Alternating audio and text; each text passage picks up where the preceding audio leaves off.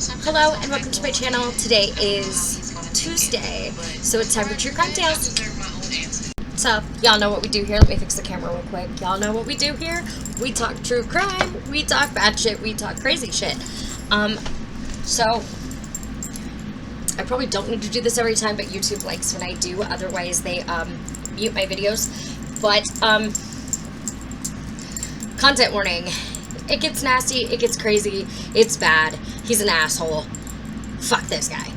So, that being said, let's just get into it. We're going to talk today about Peder Rasmussen, known by his alias of Bob Evans. And yes, I mean the restaurant. And he's also known as the Chameleon Killer. I did do a segment on the Bear Brook murders. This is the guy that is responsible for the Bear Brook murders. I'll see if I can find it down below and link it in the comment, like the description bar for you guys. But yeah, that's this guy. That's this fucker. So that being said, we're going to get into it. Peder Rasmussen was an American convicted murderer and suspected serial killer who was convicted of one murder and linked to at least 6 more in a series of crimes that stretched across the contiguous United States between 1978 and 2002. Due to his use of many aliases, most notably Bob Evans, Rasmussen is known as the Chameleon Killer. Rasmussen is the prime suspect in the Bear Brook murders, which took place in New Hampshire sometime between 1978 and 1980. During this period, he was in a relationship with Marlise Honeychurch, and I want to point out that they say he's the prime suspect. He's basically the only suspect, and is most likely the killer, being that he was involved with the woman that was murdered. The bodies of Honeychurch, her 2 daughters, and his own daughter were discovered in 2 barrels in the Allenstown area between 1985 and 2000. Although the Allenstown barrels were discovered during his lifetime, Rasmussen was not linked until 2017 when DNA profiling connected him to the crime. Subsequent investigations led to 3 of the Bear Brook victims being identified in 2019. The identity of the 4th victim, Rasmussen's daughter, was confirmed in 2025 as Rhea Rasmussen. Rhea's mother, Pepper Reed, disappeared from California in the late 1970s. Pretty sure we know who and what happened to her, and is also suspected to be a victim of Rasmussen. Rasmussen left New Hampshire in 1981 with girlfriend Denise Bowden, who subsequently disappeared and is presumed dead, probably. He abducted Bowden's daughter and took her to California, later abandoning her in 1986, for which he was imprisoned on child abandonment charges. Following his parole in 1990, he absconded and remained a fugitive for more than a decade. In 2002, Rasmussen murdered another girlfriend, Eunsan Jun. He was convicted of her murder and sentenced to 15 years to life imprisonment. He died in 2010. So we're three paragraphs into this guy's story, and he's already responsible for not 1, not 2, not 3, but 5 murders. Peder Rasmussen was born on December 23, 1943 in Denver, Colorado, to Peder Rasmussen, the son of Danish immigrants, and Anita Berwick, a 7th-generation descendant of an English immigrant. Growing up in Arizona, he attended North High School in Phoenix until dropping out during his sophomore year in 1960. He enlisted in the United States Navy in 1961, where he was trained as an electrician and served until he was discharged in 1967. Rasmussen married in 1968 and lived with his wife and 4 children in Phoenix and Redwood City, California.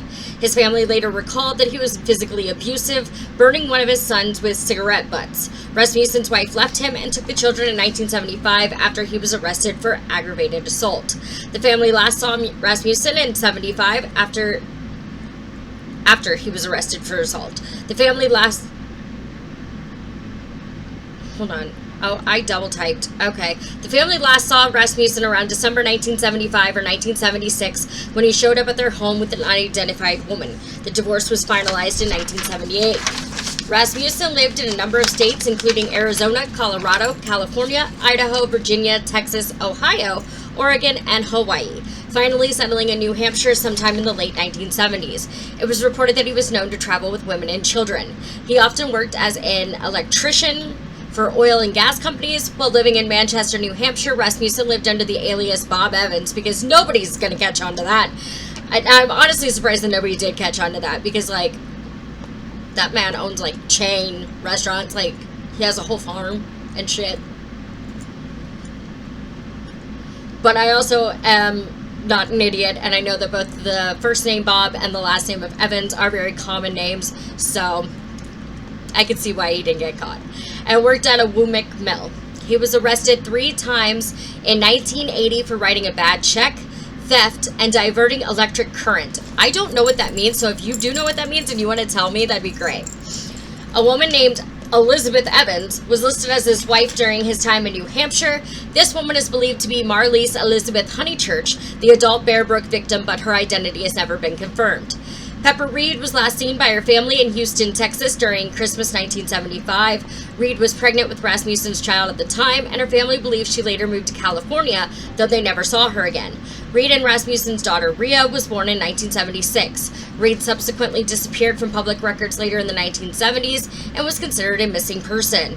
Rhea Rasmussen was later identified as one of the murder victims found in the second Bear Brook barrel in 2000, with her identification confirmed in 2025. It is believed that she was of the ages of between the ages of 2 and 4 when she was murdered. In 1978, Rasmussen dated Marlise Honeychurch, who had been married twice and had a daughter from each marriage. Honeychurch was last seen in La Puente, California, on Thanksgiving Day of that year. After an argument with her family, Honeychurch left with Rasmussen and her 2 daughters, 60-year-old Marie Elizabeth Vaughn and 1-year-old Sarah Lynn McWaters. They were never seen by their families again. On November 10, 1985, the bodies of Honeychurch and Vaughn were found in a barrel in Bear Brook State Park in Allentown, New Hampshire. They were found to have died from blunt force trauma to their heads. On May 9, 2000, a second barrel was found about 100 yards from the location of the first, containing the body of McWaters and Rhea Rasmussen. Investigators believe all 4 victims were killed at around the same time, and that the second barrel was already there in 1985, but was overlooked due to its distance from the first. The identities of Honeychurch and her 2 children were not known until they were confirmed by DNA profiling in 2019. While using the pseudonym Bob Evans, Rasmussen dated Denise Bowden, who disappeared from Manchester after Thanksgiving 1981 with their 6-month-old daughter. Authorities believe that Rasmussen killed Bowden somewhere in California, although her body has never been found. Bowden was not reported missing at the time. Her family believes she left town due to financial reasons.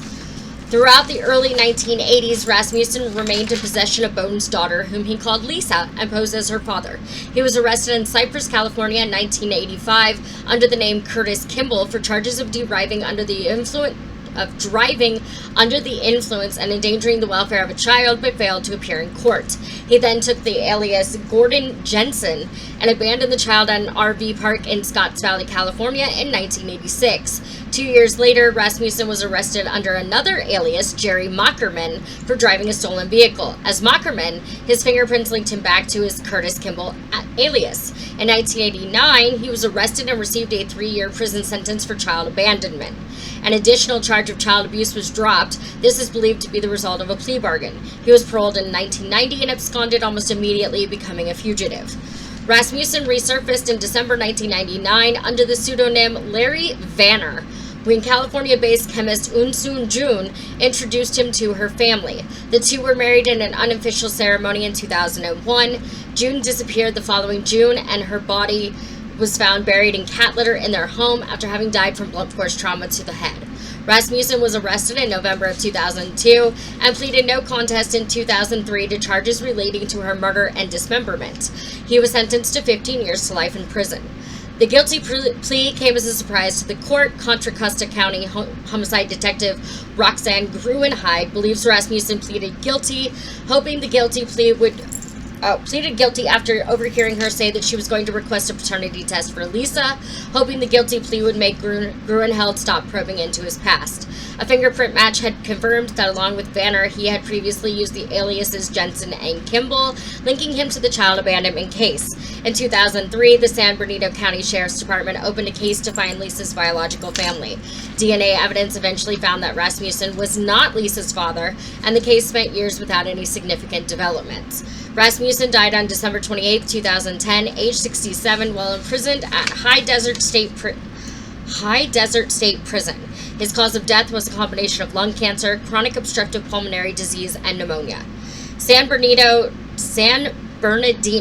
Detective Peder Headley, was assigned to Lisa's case in 2013, by which time genealogy website databases had grown substantially. Aided by genetic genealogist Barbara Ray Venter in 2015, Bowden's daughter discovered her mother's identity and that the man she once thought had been her father was her kidnapper.